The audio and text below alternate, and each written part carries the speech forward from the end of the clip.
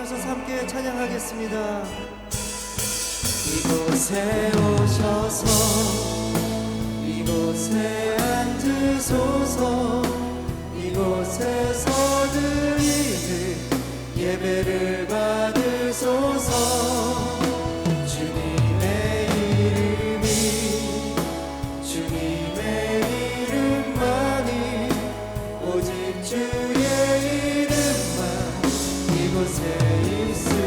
이곳에 오셔서 이곳에 오셔서 이곳에 앉으소서. 이곳에서 드리는 예배를 받으소서. 주님의 이름이 주님의 이름만이 오직 주의 이름만 이곳에 있으리라. 오늘도 우리 예배를 받으실 주님께 찬양의 박수를 올려드리겠습니다.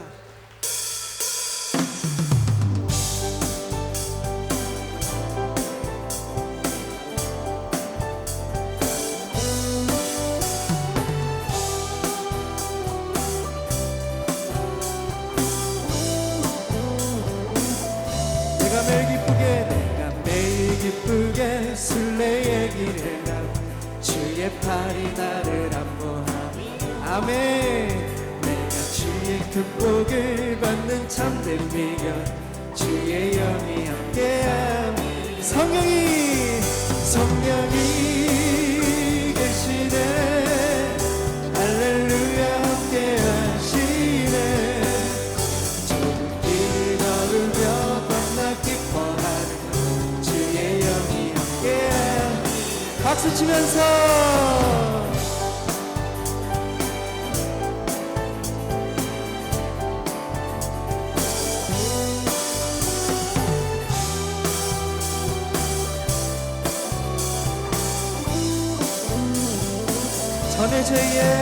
전에 죄에 빠져서 평안함이 없을 때 예수 십자가의 공로 힘입어 그 발 아래 엎드려 참된 평화 얻은 주의 영이 함께하니 성령이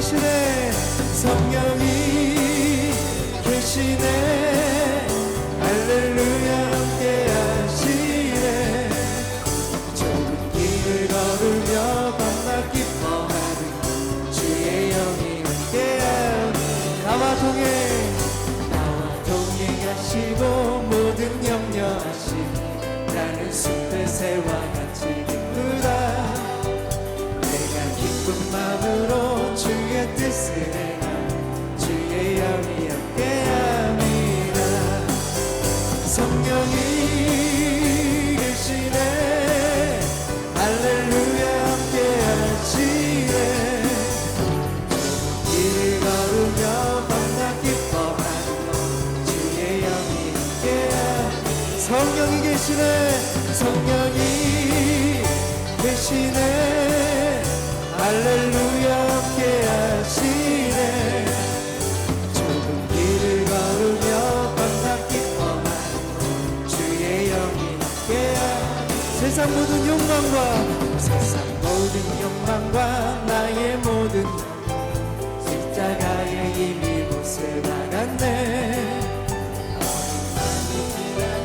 무거운 짐 벗으니 주의 영이 함께 아멘. 성령이 계시네. 할렐루야 함께하시네. 좁은 길을 걸으며 밤낮 기뻐하는 주의 영이 함께하니 성령이 계시네. 할렐루야 함께하시네. 좁은 길을 걸으며 밤낮 기뻐하는 주의 영.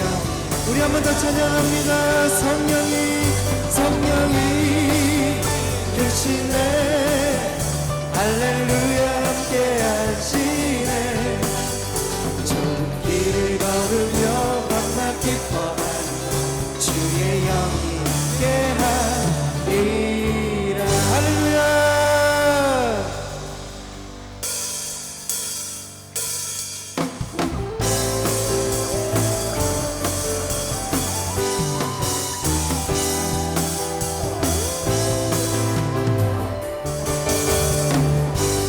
와서 찬양해 와서 찬양해 사랑을 주신 주 찬양해 사랑해 우리 주님 생명 주셨네 소리쳐 찬양해 기쁨을 주시는 우리와 찬양의 제사 드리며 주님께 경배해 다 와서 찬양해 찬양해 찬양해 주님 찬양해 주님 우리와 다 와서 찬양해 찬양해 찬양해 주님 찬양해 주님 우리와 더 힘차게 박수 치면서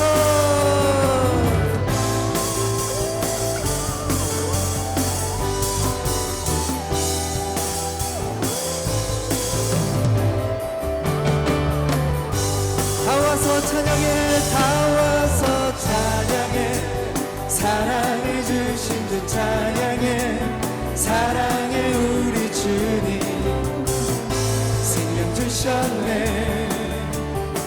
소리쳐 찬양해 기쁨을 주시는 우리와 찬양의 제사 드리며 주님께 경배해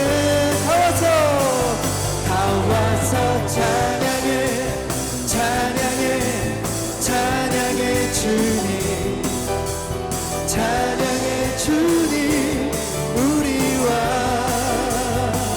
다 와서 찬양해 찬양해 찬양해 주님 찬양해 주님 다 와서 찬양해 다 와서 찬양해 찬양해 찬양해 주님 찬양해 주님 우리와 아멘 다 와서 찬양해 찬양해 찬양해 주님 찬양해 주님 우리와 주님 같은 반석이 주님 같은 반석은 없도다 아멘 찬양받기 합당하신 이를 변치 않으시고 구원의 반석 신실하시고 진실하신 주 주님 같은 반석은 없도다 우리 한 번 더 고백할까요 주님 같은 반석은 없도다 찬양받기 합당하신 이를 변치 않으시고 구원의 반석 진실하시고 진실하신 주 주님 같은 반석은 없도다 다같이 만세 반석 만세 반석 예수 내 반석 만세 반석 예수 내 반석 만세 반석 예수 내 반석 주님 같은 반석은 없도다 다시 한번 맨 처음으로 주님 같은 반석은 없도다 여러분도 믿으십니까? 아멘 찬양받기 합당하신 이를 변치 않으시고 구원의 반석 진실하시고 진실하신 주 주님 같은 반석은 없도다 만세 반석 만세 반석 예수 내 반석 만세 반석 예수 내 반석 만세 반석 예수 내 반석 주님 같은 반석은 없도다 만세 반석 만세 반석 예수 예수의 반석 만세 반석 예수의 반석 만세 반석 예수의 반석 주님 같은 반석은 없도다 주님 같은 반석은 없도 우리 한 번 더 주님 같은 반석은 없도다 할렐루야 우리 반석 되신 주님을 찬양하고 높여드립니다 만세 반석 예수의 반석 만세 반석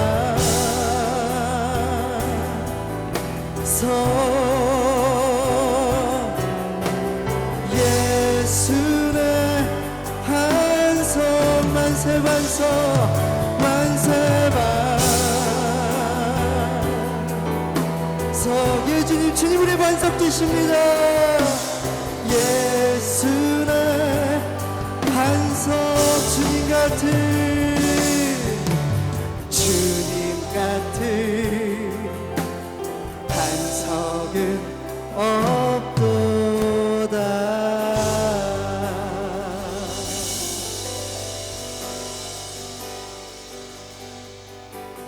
아버지 사랑 내가 노래 아버지 은혜 내가 노래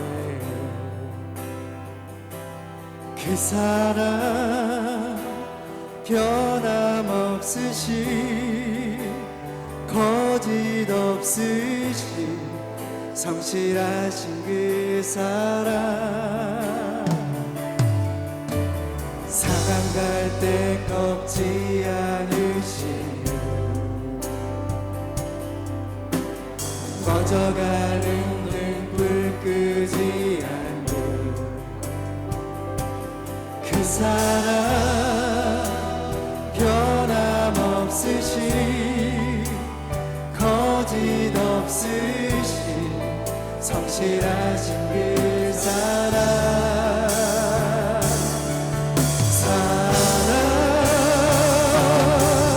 그 사랑 날 위해 죽으신 날 위해 다시 사신 예수 그리스도 다시 오실 그 사랑 죽음도 생명도 천사도 하늘의 어떤 권세도 끊을 수 없는 영원한 그 사랑 예수 그 사랑 날 위해 죽으신 날 위해 다시 사신 예수 그리스도 다시 오신 그 사랑 죽음도 생명도 천사도 하늘의 어떤 권세도 끊을 수 없는 영원한 그 사랑 예수 한 번 더 그 사랑 날 위해 죽으신 날 위해 다시 사신 예수 그리스도 다시 오신 그 사랑 죽음도 생명도 천사도 하늘의 어떤 권세도 끊을 수 없는 영원한 그 사랑 예수 그 사랑 날 위해 죽으신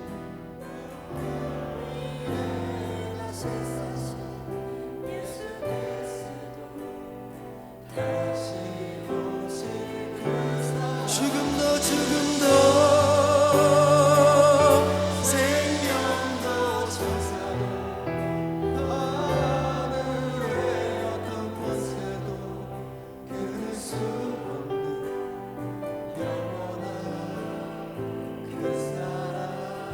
예수. 이 시간 우리 합심하여 기도하겠습니다. 하나님, 어떤 것도, 세상의 그 어떤 것도 끊을 수 없는 그 놀라운 사랑 우리 가운데 부어주셔서 감사합니다. 생명의 근원 되시고 우리의 온전한 믿음을 기뻐하시는 주님, 모든 이름 위에 뛰어나신 주님의 이름을 높여드리옵나이다. 하나님의 은혜를 사모해서 이 자리에 나왔사오니 이 시간 신령과 진정으로 예배드릴 때에 우리의 영과 눈과 귀를 열어주셔서 주님의 임재하심과 주님의 하시는 일을 보게 하여 주시옵소서.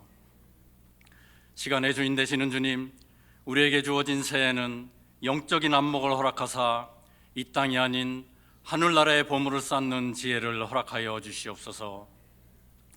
또한 우리가 원하는 기도가 전부가 아닌 주님을 사랑하고 높여드리는 기도, 찬양과 영광을 올려드리는 기도, 받은 구원에 감사하는 고백의 기도를 드리는 한 해가 되게 하시옵소서. 은사를 받은 대로 서로 봉사라는 말씀을 가지고 새해를 시작했습니다.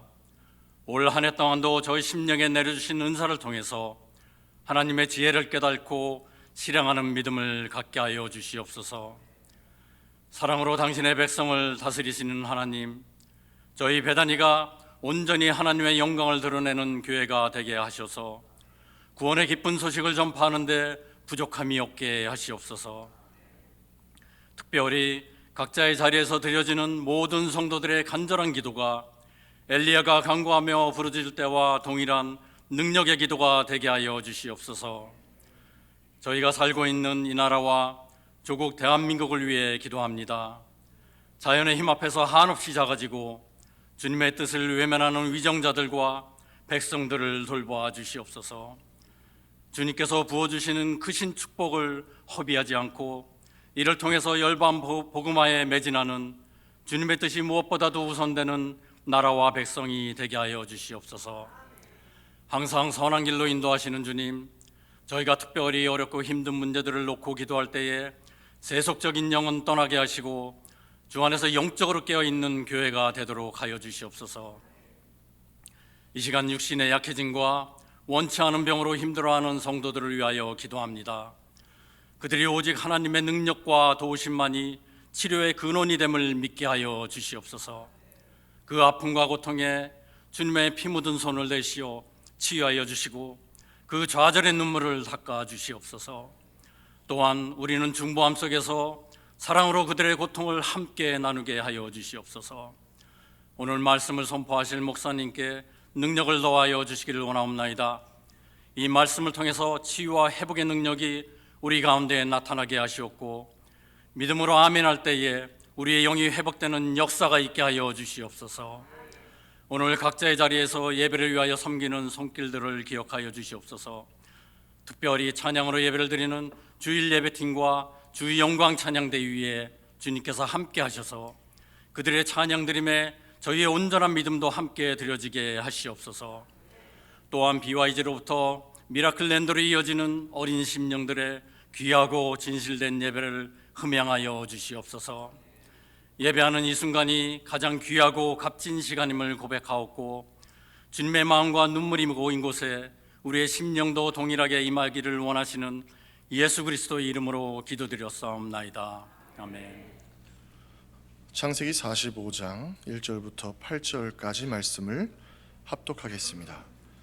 요셉이 시종하는 자들 앞에서 그 정을 억제하지 못하여 소리질러 모든 사람을 자기에게서 물러가라 하고 그 형제들에게 자기를 알리니 그때에 그와 함께한 다른 사람이 없었더라. 요셉이 큰 소리로 우니 애굽 사람에게 들리며 바로의 궁중에 들리더라. 요셉이 그 형들에게 이르되 나는 요셉이라. 내 아버지께서 아직 살아 계시니이까. 형들이 그 앞에서 놀라서 대답하지 못하더라. 요셉이 형들에게 이르되 내게로 가까이 오소서. 그들이 가까이 가니 이르되 나는 당신들의 아우 요셉이니 당신들이 애굽의 판자라. 당신들이 나를 이곳에 팔았다고 해서 근심하지 마소서. 한탄하지 마소서. 하나님이 생명을 구원하시려고 나를 당신들보다 먼저 보내셨나이다. 이 땅에 2년 동안 흉년이 들었으나 아직 5년은 밭갈이도 못하고 추수도 못할지라.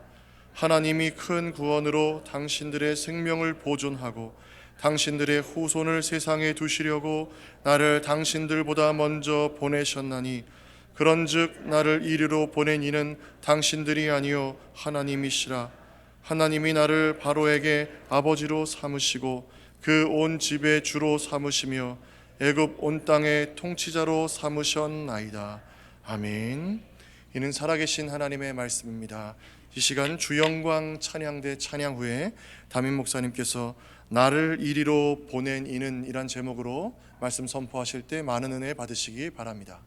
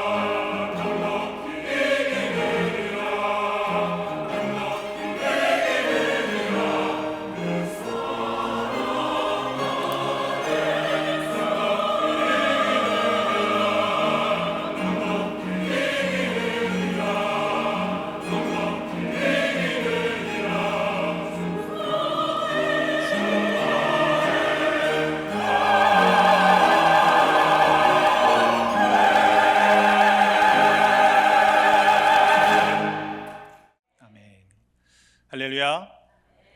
오늘도 하나님이 주시는 은혜와 평강이 여러분의 삶에 풍성히 넘쳐나시기를 주님의 이름으로 축복합니다. 이민의 삶이 그렇게 녹록하지가 않죠. 여러분의 인생을 돌아보시면 참 힘든 일들이 있으셨을 것입니다. 그런데 그때마다 여러분 어떻게 그 어려움들을 이겨내셨습니까? 그런 생각할 때가 있어요. 난 누구? 여긴 어디? 예. 도대체 모르겠는 거죠. 어쩌다가 여기까지 왔나 싶은 그런 생각에 가슴이 먹먹해지는 일들도 있습니다. 여러분은 어쩌다가 여기까지 오셨습니까? 흘러 어쩌다 보니까 베다니까지 오시게 되었나요? 모든 존재는 그 원인이 있죠. 이유가 있는 것입니다. 그래서 그 이유를 찾아가는 일들을 사실은 합니다. 철학자들의 경우에는 신존재를 증명하기 위해서 그 원인들을 찾아가는 거예요. 분명히 이 결과에 대한 원인이 있을 텐데 그 원인을 찾고 추적하다 보면 그 원인이 없는 제1원인, 그 신적인 존재가 있지 않을까라고 하는 명제를 가지고 신을 증명을 했던 시도도 있습니다. 성경적으로 보면 누가복음의 경우가 그렇겠죠. 예수님의 족보를 거슬러 올라가다 보니까 궁극적으로는 하나님께 이어지게 되는 경우입니다. 우리는 인생 가운데 때로 어려운 일들을 만날 때마다 이유를 찾으려고 노력합니다. 아무리 힘들어도 이유가 설명이 되고 설득이 되면 그래도 견뎌낼 수 있는 힘이 생겨요. 근데 도무지 모르겠는 거예요. 우리가 당하는 일이 이 힘든 것도 힘든 거지만 이유를 모르면요, 이 마음이 더 힘들어지고 무너지는 경험을 하죠. 그러나 바로 그때 이유를 알지 못하더라도 힘들고 마음이 무너지는 그때도 그럼에도 불구하고 하나님의 선하심과 하나님의 신실하심을 믿어 의심치 않는 것이 진짜 믿음입니다. 여러분, 그 믿음을 소유하시기를 주님의 이름으로 축복합니다. 내 상황으로 하나님의 말씀을 판단하려고 할 때가 참 많이 있잖아요. 그런데 그것이 아니라 말씀을 기준으로 나의 삶을 해석할 수 있는 관점이 필요합니다. 그게 성경이에요. 성경에 말씀하는 믿음이에요. 우리는 때로 내가 처해 있는 상황 때문에 말씀을 받아들이기 어려울 때가 있어요. 아니, 말씀이 이렇게 써 있으면 내 삶이, 내 상황이 좀 달라져야 되는 것 아니냐? 네, 여러분, 구약의 하나님과 신약의 하나님과 오늘 이 시대의 우리의 하나님이 다른 분이신가요? 아니죠? 하나님은 회전하는 그림자도 없으신 동일하신 분이십니다. 그렇다면 구약과 신약과 성경 안에 일어난 놀라운 하나님의 역사가 우리의 삶에서도 동일하게 일어나야 할 줄로 믿습니다. 하나님을 의심하지 마세요. 그것이 하나님을 믿는 것입니다. 오늘 본문의 말씀으로 돌아가 보면 애굽의 총리가 된 요셉이 자신을 팔아넘긴 형들과 맞닥뜨리게 된 두 번째 장면입니다. 7년 풍년이 지나고 나서 흉년 2년이 이제 막 심해지던 때의 시점입니다. 요셉의 형제들이 양식을 얻으러 애굽에 도착하죠.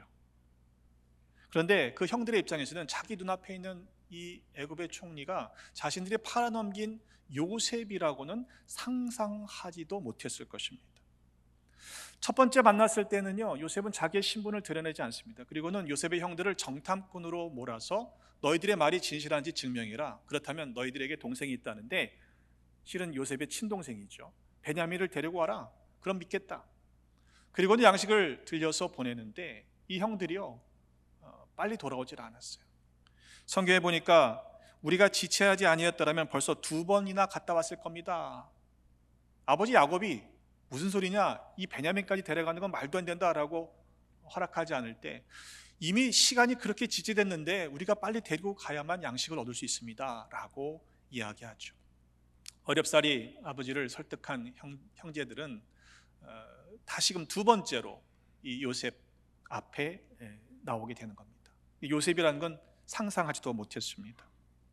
그때 요셉이 시종하는 자들 앞에서 그 정을 억제하지 못하고 큰 소리로 다 사람들을 물러가게 하죠. 그제서야 형제들에게 자기를 알립니다. 요셉이 큰 소리로 웁니다. 얼마나 큰 소리로 울었던지 애굽의 사람들이 듣게 되고 바로 왕의 처소까지 들리게 되었다라고 성경은 기록하죠. 한번 생각해 보세요. 얼마나 그동안 서러웠을까요? 꾹꾹 눌러 참던 그 한이 갑자기 북받쳐 올라서 동생을 보니까 오랜만에 만났잖아요. 그러니까 이게 터진 거예요.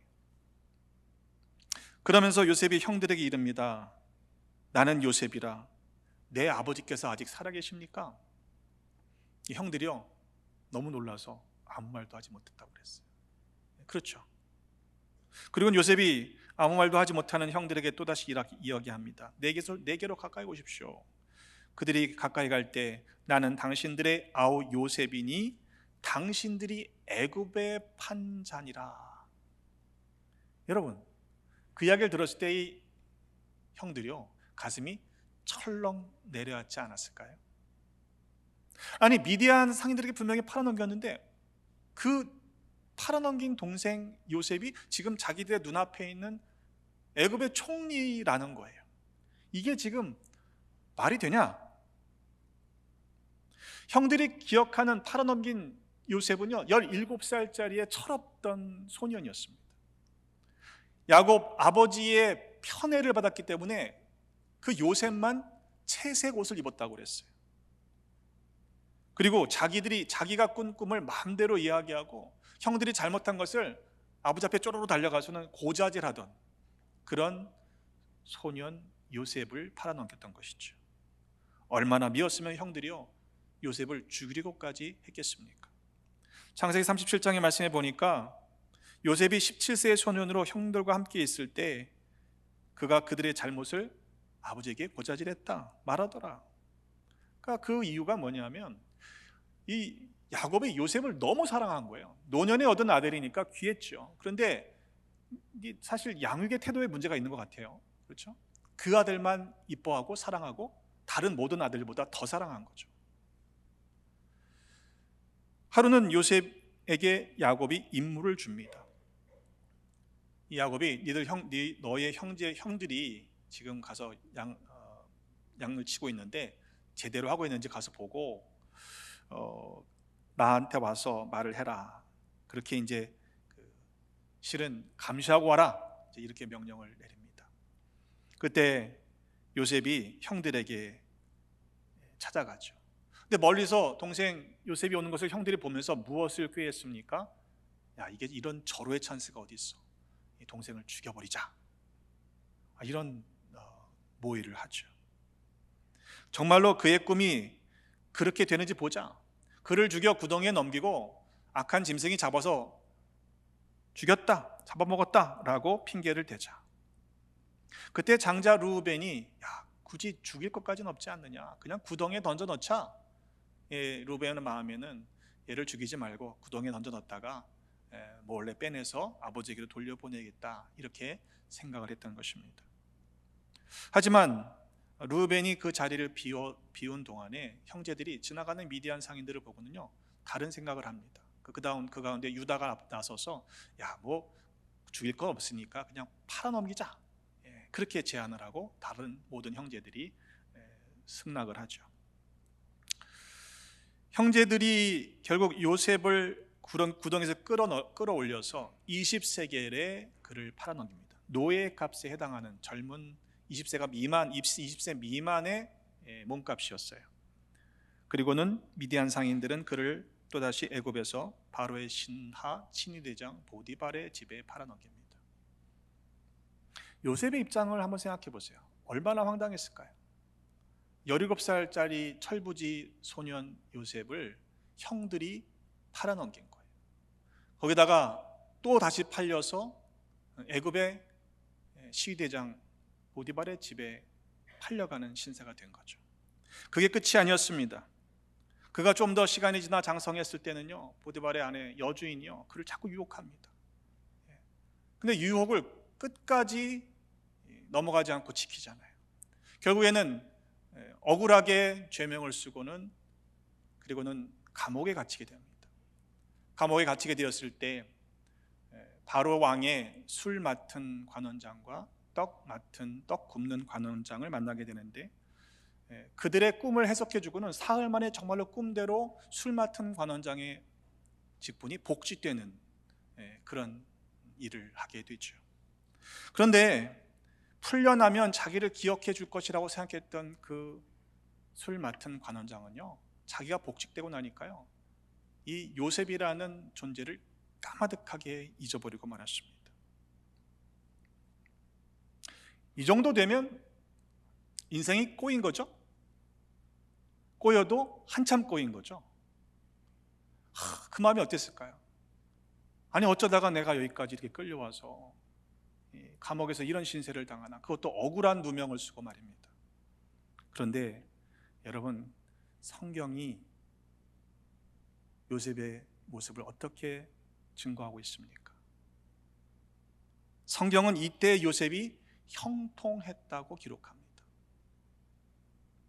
창세기 39장의 말씀에 보니까 그가 그 주인 보디발의 집에 있을 때 여호와께서 요셉과 함께 하심으로 그가 형통한 자가 되어 그 주인 애굽 사람의 집에 있으니 그의 주인이 여호와께서 그와 함께 하심을 보았다고 그랬어요. 여호와께서 그의 범사에 형통하게 하심을 보았다. 그러니까 요셉 혼자 스스로 나는 괜찮아, 하나님이 함께 하셔, 나는 형통한 자야 라고 생각한 게 아니고요, 그의 주인이 요셉에게 하나님이 함께 하심을 보면서 그가 형통하다는 것을 주인이 보았다는 거예요. 그뿐이 아닙니다. 이어지는 말씀에 보니까 그 주인이 요셉에게 자기의 집의 모든 것들을 맡겼을 때 그때부터 여호와께서 요셉을 위하여 그 애굽 사람의 집에 복을 내리셨다 그랬습니다. 보디발이 잘하는 게 하나도 없어요. 그냥 그를 집의 종으로 사실 샀는데 그가 형통한 삶을 사는 것을 보면서 그에게 모든 것들을 맡겼을 때 요셉을 통해서, 요셉을 위하여 하나님께서 그 주인의 집에 복을 내리셨다는 겁니다. 이어지는 말씀에 그가 억울하게 누명을 쓰고 여주인을 겁탈하려 했다라고 하는 그 속상한 일을 당하고 그리고는 감옥에 갇히잖아요. 그런데 요셉이 옥에 갇혔으나 여호와께서 요셉과 함께 하시고 그에게 인자를 더하셔서 간수장에게 은혜를 받게 하셨다고 그랬습니다. 이 간수장이요, 이 요셉에게 모든 일을 맡겼어요. 이는 여호와께서 요셉과 함께 하심이라, 여호와께서 그를 범사에 형통하게 하셨다라고 성경은 말씀합니다. 다른 게 아니었다는 거예요. 하나님이 그와 함께 하셨다는 것이 성경은 형통이라고 말씀하고 있어요. 우리의 경우는 어떻습니까? 때로 인생 가운데 내가 원하는 대로 일이 이루어지지 않고 일이 꼬여버리고 상황이 막혀버리면 그때 하나님한테 따져 묻잖아요. 하나님 왜 나한테 이러시는 겁니까? 하나님 나를 사랑하세요? 하나님 정말 계시는 건 맞습니까? 우린 그렇게 물어요. 그런데 성경은 그렇게 말씀하지 않는 거죠. 어떠한 상황에서라도 하나님이 함께 하셨기 때문에 그는 형통한 자가 되었다라고 우리에게 증거합니다. 하나님께서는요, 요셉이 어디에 있든지 함께 하셨습니다. 친위대장 보디발도 하나님의 요셉과 함께 하심을 보았습니다. 그로 인하여 그를 위하여 하나님은 그 주인의 집에 복을 내리셨어요. 억울한 일을 당했을 때도, 감옥에 갇히게 되었을 때도, 자기를 잊어버린 그 술 관원장을 향해서도 원망하지 않았습니다. 그렇게 시간이 만 2년이 지난, 옥에서의 세월이 2년이 또 지난 거죠. 그때 바로 왕이 꿈을 꿉니다. 근데 꿈을 해석하는 자가 아무도 없어요. 그제서야 비로소 풀려났던 술 관원장이 요셉이 기억이 났습니다. 그래 맞아, 그 청년이 내 꿈을 해석해 줬지. 비로소 요셉이 바로의 꿈을 해석해 주고 그가 총리가 됐던 나이가 30이었다 30이었다라고 성경은 기록합니다.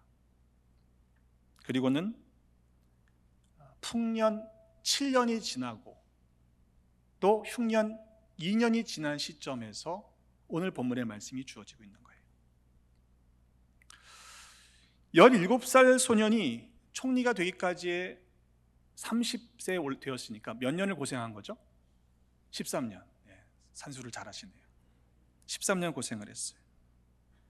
지난 13년 동안 자기가 고생했던 것을 생각해 보면요, 아주 그냥 화가 쌓였을 거 아닙니까? 그래야 맞죠. 총리가 된 자기 앞에 그 자기를 팔아넘긴 형들이 나타났을 때 요셉의 마음이 어땠을까요? 요셉보다 높은 사람은 바로밖에 없었어요. 요셉의 한마디의 말이라면요, 그 형들은 죽은 목숨이나 다름이 없었습니다. 때문에 내가 요셉입니다, 당신들이 팔아넘긴 요셉입니다 라고 하는 소리를 들었을 때 형들은 두려워했을 것입니다. 후회했을 것이에요. 그때 우리가 왜 그랬지? 정신이 나갔지. 한참을 후회했을 것입니다. 그런데 그때 요셉이 이렇게 이야기를 하는 거예요. 당신들이 나를 이곳에 팔았다고 해서 근심하지 마소서, 한탄하지 마소서. 하나님이 생명을 구원하시려고 나를 당신들보다 먼저 보내셨습니다. 하나님이 큰 구원으로 당신들의 생명을 보존하고 당신들의 후손을 세상에 두시려고 나를 당신들보다 먼저 보내셨습니다. 그런즉 나를 이리로 보낸 이는 당신들이 아니라 하나님이십니다. 이렇게 말하는 거예요. 주어가 하나님이 하셨다는 겁니다. 하나님이 나를 바로에게 아버지로 삼으시고 그 온 집에 주로 삼으시며 애굽 온 땅의 통치자로 삼으신 것은 바로 당신들을 위한 것입니다. 하나님이 그렇게 하셨습니다. 하나님 나를 먼저 보내셨습니다 라고 고백하는 것이죠. 그 사실을 고백하기까지 17살짜리 소년이었던 요셉은요, 시간을 많이 보냈어야 했습니다. 오늘 본문의 말씀의 시점으로 보면 22년이 지났던 때예요. 흉년이 아직 5해가 남아있다라고 45장 11절에 말씀합니다. 그 오랜 세월 동안 묻고 물었을 거예요. 하나님이 왜 나를 여기에 있게 하셨지?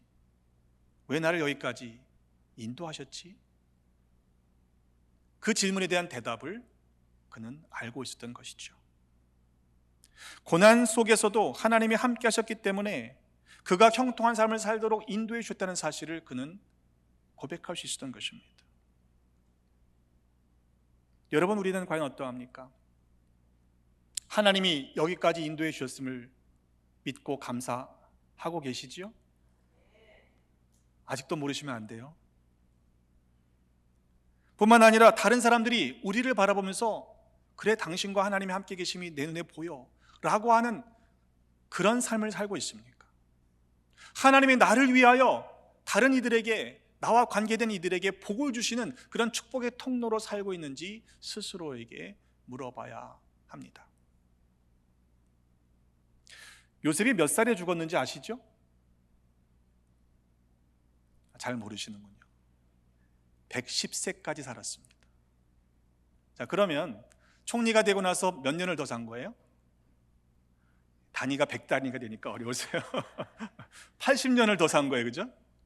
자, 고생은 몇 년 했어요? 13년. 110년 동안 13년 고생했으면 할만하지 않습니까?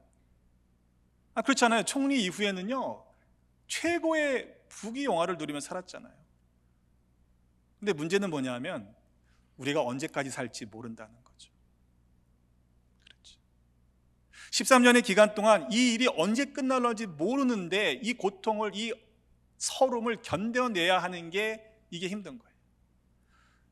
하나님께서 만약 요셉에게 야, 늘 함께 하시니까 너 110살까지 살게 해줄게, 걱정하지 마, 이거 금방 끝나라고 말씀하셨다면 이게 쉬웠을 겁니다. 그렇죠? 근데 그렇지가 않은 거예요. 13년이나 걸렸어요.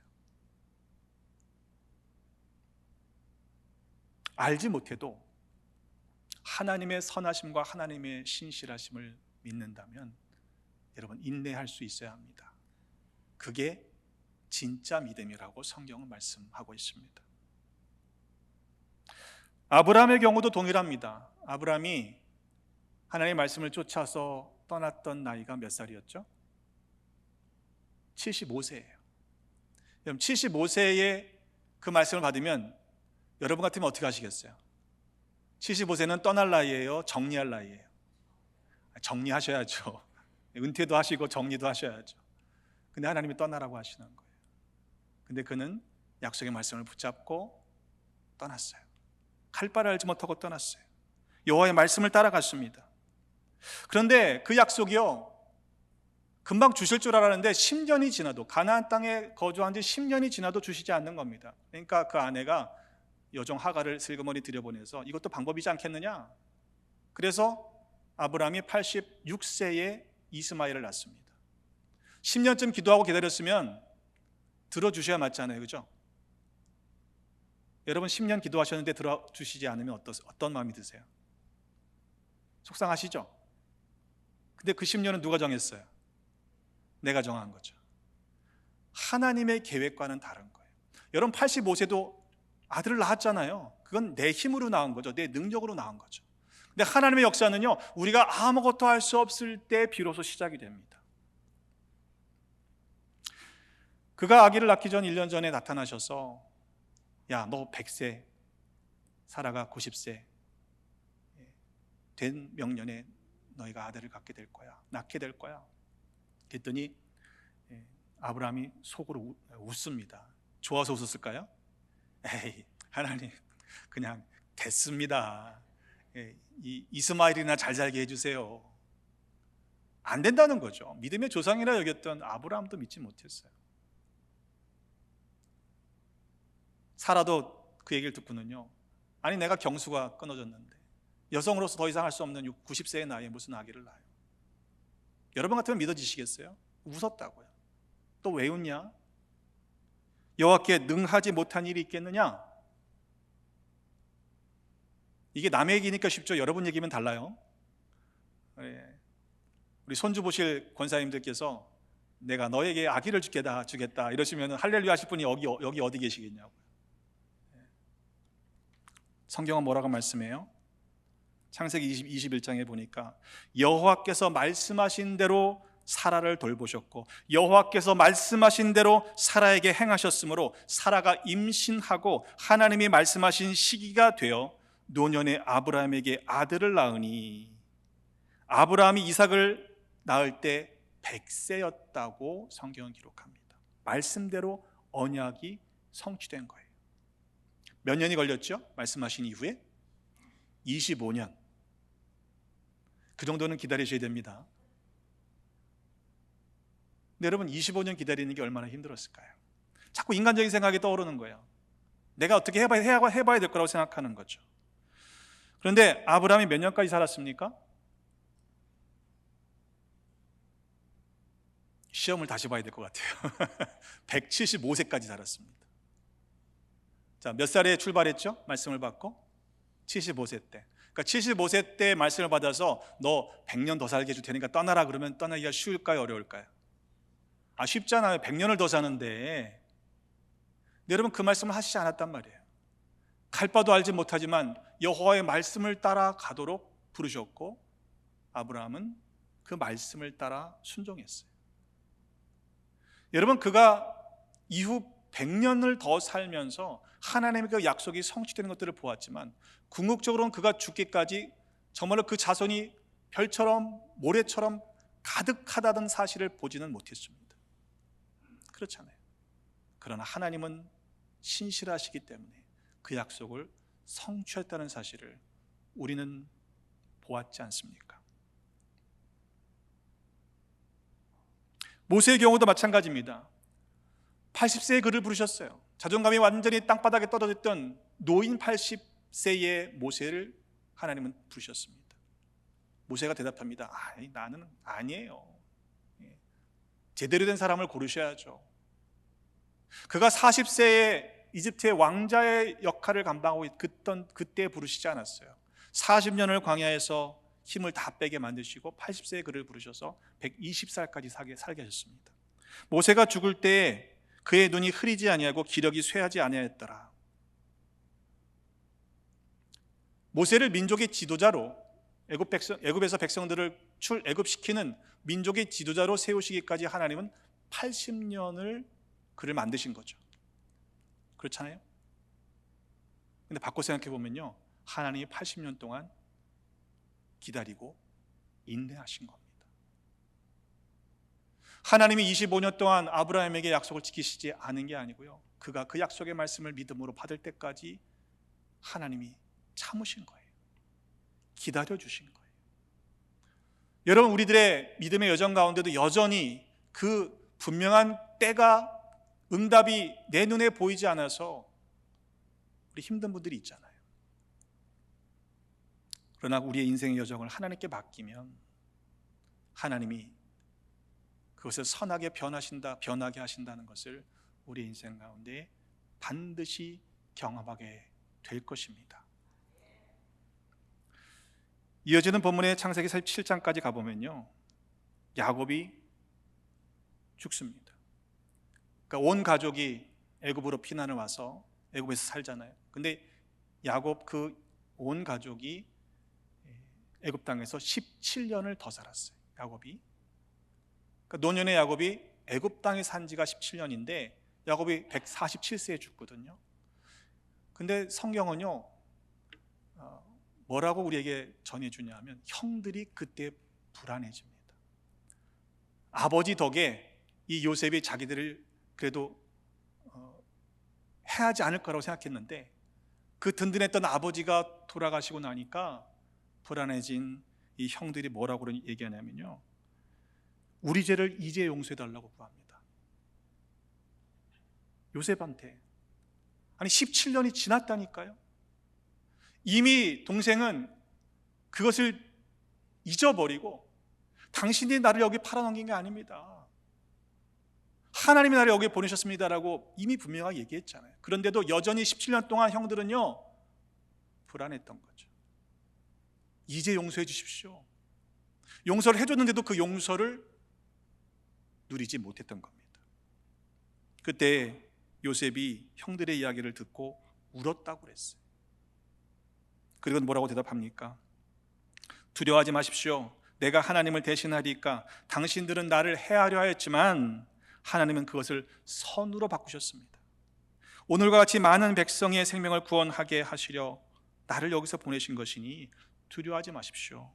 내가 당신들과 당신들의 자녀를 기르겠습니다 라고 간곡한 말로 위로했다고 했습니다.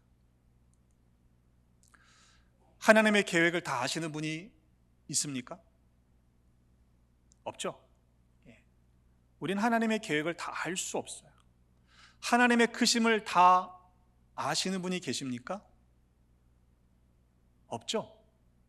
우리는 하나님의 크심을 측량할 수 없습니다. 그런데 우리는 때로 우리 인생 가운데 어려운 일들을 당할 때마다 판단해요. 원망해요. 불평해요. 여러분, 그것은 믿음의 모습이 아닙니다. 하나님은 어떠한 악한 시도도 선으로 바꾸실 수 있는 전능하신 분이십니다. 우리를 여기까지 인도하시고 보호하시고 도우신 에베네셀의 하나님을 더 굳게 붙잡는 모두가 되십시다. 하나님께서는 2000년 전에 이미 아들 예수 그리스도를 우리에게 보내셔서 십자가의 보혈의 공로로 말미암아 모든 죄를 용서해 주셨습니다. 그럼 그 은혜를 누리며 기쁨과 자유함으로 살면 되는 거예요. 근데 아직도 죄짐을 지고 얽려 있는 분들이 있다면 그 속죄의 놀라운 구속사를 내가 아직 믿지 않는 것과 다르지 않을 것입니다. 여러분, 어떻게 살아가길 원하십니까? 믿음으로 살아가십시다. 그 길이 아직 명확하게 보이지 않아도, 내게 구체적인 날짜가 정해져 있지 않더라도 하나님께 모든 시간을 맡기고 하나님께 모든 우리의 인생의 계획을 맡겨드린다면 하나님께서 그것을 선하게 변화시켜 주실 것입니다. 하나님이 우리와 함께 계심이 형통함입니다. 우리 안에서 역사하시는 하나님을 많이들이 보면서, 그래, 너와 함께 하시는구나, 너의 가정과 하나님이 함께 하시는구나, 우리 베다니와 하나님께서 함께 하시는구나 라는 것을 고백할 수 있도록 그렇게 축복의 통로로 살아가는 모두가 되십시다. 어떠한 상황이 있을지라도 하나님은 변함이 없으십니다. 로마서 8장 28절의 말씀, 우리가 알거니와 하나님을 사랑하는 자 곧 그의 뜻대로 부르심을 입은 자들에게는 모든 것이 합력하여 선을 이룬다고 말씀했습니다. 상황의 문제가 아니에요. 우리가 하나님을 사랑하는지, 그의 뜻대로 부르심을 자답게 믿음으로 살아가고 있는지가 중요한 요소입니다. 이번 한 주간도 그렇게 믿음으로 살아가셔서 합력할 선을 이루시는 하나님을 더 풍성히 경험하는 모두가 되시기를 주님의 이름으로 축복합니다. 기도하겠습니다. 아버지 하나님, 우리에게 베풀으신 그 크신 은혜를 인하여 감사하며 찬양을 올려드립니다.